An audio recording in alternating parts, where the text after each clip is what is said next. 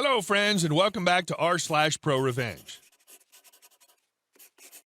It's been a long time since we've had an angry old lady in our stories. Let's start our video with this story. But before we begin, don't forget to subscribe to our channel if you're new here and turn on notifications so you don't miss a new video every single day. Here we go. Customer feels like she shouldn't have to pay for the food she ordered. So I work at a restaurant as a server and have been at this place for a long time. I know the menu inside and out in its entirety. During the week, we usually only have one server working because it's slow and we're only open for a few hours. So I was the only server working on the day that this happened. Crazy lady, CL, and her two daughters come in about an hour before closing. CL asks me why the salad bar still has lids on it. I explain to her, as I have 1,000 times before, that in order to keep everything as fresh as possible, I don't want to take the lids off and expose the foods to open air until someone comes in and gets a salad. She says, "I want a salad." Okay, no big deal. I can deal with a-hole people, so I take the lids off the salad bar and give her plates. CL then asks for a side of fries to go with the salad. Sure, no problem. CL then proceeds to destroy the salad bar, getting beets in the dressings, which I now have to throw out, oranges in the croutons, the whole nine. The rest of the conversation goes like this. Me: "Here are your fries. Do you need any extra plates or napkins because you're sharing?" CL: "No, that's a lot of fries. Do you have anything smaller?" Me: "Not for a side of fries. We have smaller portions that come with an entree, but for a separate side of fries, this is the only size we offer." CL: "Fine." CL finishes making an effing mess. I drop off the check and she eventually comes to the front to pay. CL: "I can't believe that you're charging me $4 for that side of fries." Me: "It's a lot of fries." CL: "We didn't even eat them all." Me: "Would you like a box to take them home with you?" "No, I just don't think that it's fair that I have to pay for your mistake." Excuse me? How did I make a mistake? "Well, you didn't even ask us what size we wanted for our fries, so I'm only going to pay $2 for the side that we got because that's all we wanted." No, it doesn't work that way. I told you we only have one size for a side of fries, so you have to pay the $4. "You are so incompetent. This is the worst service we've ever gotten here. I can't believe that you're going to force me to pay the extra $2. Where is your manager? I demand to speak with them." The manager's out for the day. That means that I'm left in charge and you're paying the $4 for the fries because that's what you ordered.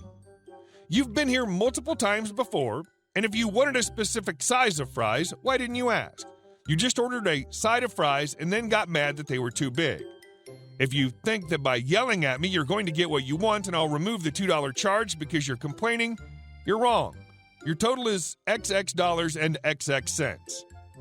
"I'm going to talk to your boss. I'm going to get that $2 back." Go ahead and call them. My boss has been a server longer than I have, and she'll tell you the exact same thing. If you had asked, I might have been able to give you a smaller side, but since you just ordered a side of fries and those come in one size, I can't help you, and you have to pay for what you ordered. CL then proceeds to yell at her daughters to remove the $1 that they left on the table as a tip and tells me that she will no longer be visiting our restaurant. I tell her to keep her money and that I look forward to not seeing her. CL has since been in the restaurant and has asked other servers why we no longer have the salad bar, to which they've explained that we have to keep throwing food out because people were making a mess of the salad bar, so now we make the salads. No, we don't have beets anymore. And no, you can't get 1,000 things on your side salad. And our next story. Sorry, that's no longer possible. I work in a dusty old call center that uses terrible and outdated computers that are prone to breaking down when you look at them the wrong way. The full-time staff is comprised of computer illiterate women, all of whom I suspect have a lower than average level of intelligence. The day the initial incident took place, I was the acting supervisor. One particular employee hated it when I supervise, as I'm a female in my early 20s, while she's at least 50. Let's call this other person Shannon. Shannon was experiencing a low-level computer problem in that her messages were not being sent out on time. I was able to resend the messages without issue, but couldn't solve the problem itself because it was a problem with the computer, and there's no way in hell I think I can fix that. I told her to come to me if she had the issue again, and I send the messages out on time. I moved on to the next issue, which was actually a problem and needed to be looked into right away. This made her super angry. She stood up at her station, pointed a wiry old finger at me, and started yelling. "You don't care about this problem, and I can't get any GD help around this crap hole."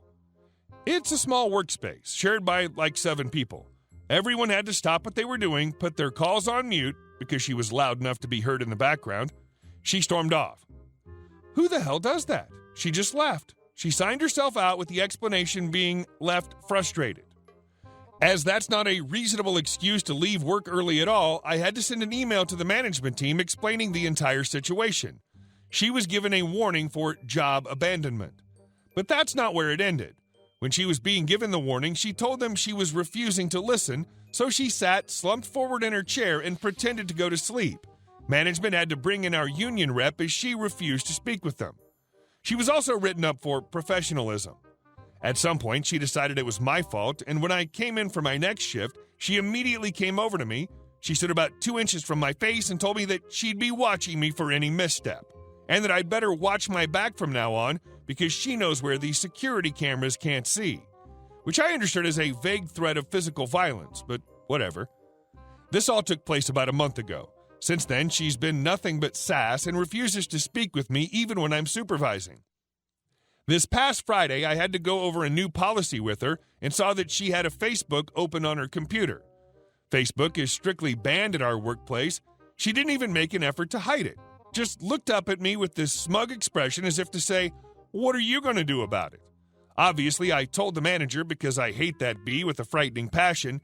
He said that management probably won't be doing anything as they've known about her Facebooking habits for a while now. Here's the revenge. About an hour ago, I went to the computer she exclusively uses when she's at work and enabled the content blocker for all websites that have not been rated. I enabled a password so she can't go around it. So not only has Facebook been blocked, but all the websites she's been using to look for new jobs are gone too. There was some effort involved as we do use the internet for a few clients, and I had to find the pages of every single client we take calls for and enable their web pages to be allowed. It took about an hour, but I'm giddy with glee at the thought of her coming in to write some crappy status update about her grandkids, and nope, this website has been blocked. You want to use company time to look for a new job? Also not happening. Sorry, B, better luck next time. And our last story. Take my money, sell me crap, then be prepared to lose your business. So a few decades back, I was involved with a group of guys with a little money, and we wanted something substantial to invest in. We decided to buy a restaurant franchise. I won't even say what kind, as that could identify me. Well, everything was going along swimmingly until my partners backed out. I, unfortunately, was the face of the group, and my signature was on the bottom line, so I got stuck with running the place. It soon became apparent that there were a lot of inconsistencies. The big number one was that the sales in the prospectus were nowhere near what was being generated. Then there were other things. Customers calling for their regular order. Well, it turned out that my particular franchise had been used for the past several years to deal various illegal substances. The former manager had made some serious coin and was not happy that I had purchased his place. Well, life is not fun when you've just sunk 6 figures, and the likelihood is that you've flushed it down the toilet. However, I was not going to be trifled with. First, I called the accounting firm who signed off on the prospectus. The partner in charge was taken aback. They had never signed off. I presented myself in their offices and spent the next few hours with them and their attorneys. Their name could not be associated with something fraudulent. Next, I wanted my money back, and the chief franchisor told me that they would immediately put mine up for sale, but the market was not quite as high as it was when I bought it, less than 3 months previously. Then the jerk had the audacity to demand that I paid up for my last order from the commissary. Something else to consider. I took the price list provided by the central commissary that we as franchises were compelled to use. Buying fruits, vegetables, cheese, and meat from outside the system would be accompanied by fines from the franchisor.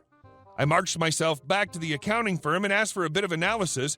Turns out commissary prices were from 10 to 300% higher than the market. In other words, the franchisor was not interested in food, they were interested in turning around franchises. Well, that little report found its way into the hands of 20 local franchisees, Suddenly, the central commissary was not being used. The district manager starts showing up writing fines. Turns out the district manager is the guy who was supplying the manager of my franchise. I have him on discarded VHS security tape selling. So I take the tapes to the accounting firm for secure storage. Then I go to the franchisor's office. I lay it on the line that I have their district guy selling crap in my restaurant. They laugh at me until I tell them that I'm the one who supplied the report to the rest of my franchisees. Oh, and by the way, we're starting an action against you. I then showed them that we had placed liens on the building they owned, their commissary, their homes, and their vehicles. I said I have enough to put you guys in jail. So, their mental giants sit me down, write up a little release, and go get me a certified check for every dime I put into the franchise. I agree to the release, however, they don't realize that the gouging and the evidence is still in the hands of others. All they succeeded in doing was getting me off the list of owners suing them.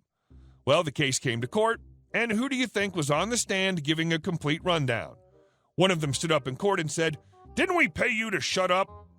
"No, you refunded me the money you stole." Now they had 19 other guys taking them apart. I heard one of the franchisors cried when they took his Porsche. His wife left him soon thereafter. Hey guys, thank you all for watching the video. I'll see you in the next one.